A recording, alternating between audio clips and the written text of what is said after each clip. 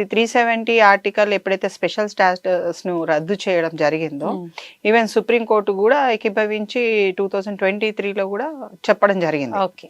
So దీని వల్ల ఏంటంటే మనము ఇప్పుడు మన రాష్ట్రంలో మనం ఏ విధంగా బ్రతుకుతున్నామో వాళ్ళకు కూడా అదే విధంగా బ్రతకడానికి ఒక అవకాశం దొరికింది. అంటే స్వయంగా వాళ్ళ పరిపాలన వాళ్ళు చేసుకునే అవకాశం అనేది. ఒక రాష్ట్రం ఏర్పడడం వేరు, రాష్ట్ర అంటే ఒక యూనియన్ టెరిటరీగా దాన్ని ఎప్పుడైతే రికగ్నైజేషన్ చేసిండ్రో వాళ్ళకున్న హక్కులు వాళ్ళు వేరే విధంగా వచ్చేస్తాయి వాళ్ళకు. ఇప్పుడు రెండు దాంట్లోనే జమ్మూ అండ్ కాశ్మీర్ ని 2 యూనియన్ టెరిటరీస్ గా వాళ్ళు డివైడ్ చేయడం జరిగింది. ఒకటేమో లడాక్, ఒకటేమో వచ్చేసి జమ్మూ అండ్ కాశ్మీర్. దాంట్లో జమ్మూ అండ్ కాశ్మీర్ లో 29 జిల్లాలని తీసుకోవడం జరిగింది కన్సిడరేషన్ కి. ఇప్పుడు రీఆర్గనైజింగ్ యాక్ట్ ప్రకారం 2019 ప్రకారము దీన్ని ఇందులో ఉన్న అంశాలన్నీ కూడా యూనియన్ టెరిటరీకి ఎంతైతే స్టేటస్ వస్తుందో జమ్మూ అండ్ కాశ్మీర్ కూడా అంతే స్టేటస్. అది కూడా జమ్మూ అండ్ కాశ్మీర్ ఇప్పుడు ఏంటంటే ఎక్కువ స్థాయిలలో అంటే టూరిజం ఆస్పెక్ట్ లో ఎక్కువ ప్రభావితం చేసే అవకాశాలు ఉన్నాయి.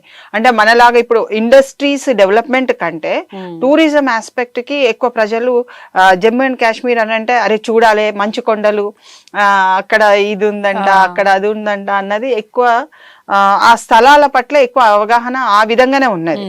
ఎక్కువ ఇండస్ట్రీస్ ఎక్కువ వచ్చేసి మనకు సౌత్ లో హైదరాబాద్ కానీ బెంగళూరు కానీ లేకుంటే మీకు మద్రాస్ కానీ ఇటు సైడ్ వెళ్ళడం జరిగింది. నార్త్ లో కూడా మీకు చాలా మటుకు ఇండస్ట్రీస్ కంటే ఇంకా వేరే విధంగా డెవలప్మెంట్ వ్యాపార వృత్తిని డెవలప్మెంట్ చేసుకోవడం జరిగింది. ఈ టెక్నాలజీ పరంగా మనకు సౌత్ లో ఎక్కువ హైదరాబాద్ లాంటి ప్రాంతాలు, బాంబే లాంటి ప్రాంతాలు ఎక్కువ డెవలప్మెంట్ కావడం జరిగింది. సో ఇందులో కూడా ఇక్కడ కూడా అంటే నీకు ఒక యూనియన్ టెరిటరీ స్టేటస్ ఇచ్చినంత మాత్రాన నీ యొక్క అంటే భావ ప్రకటనలు కానీ లేకుంటే నీవు జీవించవలసిన స్థితిలో నువ్వు పూర్తిగా స్థాయిలో జీవిస్తావని మనం చెప్పలేము. ఎందుకంటే మన పాల్గమ్ కూడా అటాక్ పెద్దగా జరిగింది. అంటే ఇంత చేసి మా ఈ యొక్క యూనియన్ టెరిటరీగా ఇచ్చిన ఈ యొక్క జమ్మూ అండ్ కాశ్మీర్ లో ఒక టూరిజం వాళ్ళు వచ్చేసి అయ్యో నేను ఎన్నో కష్టాలు పడి ఇడి వరకు వచ్చి ఒక ఆహ్లాదకరమైన వాతావరణాన్ని మానసికంగా ఒక సంతోషాన్ని పొందవలసిన క్రమంలో ఒక అటాక్ ని, ఒక బాంబ్ బ్లాస్ట్ అటాక్స్ ని కానీ లేకుంటే ఫైరింగ్ కానీ జరిగిందంటే ఎంతో క్రూయల్ గా జరిగింది.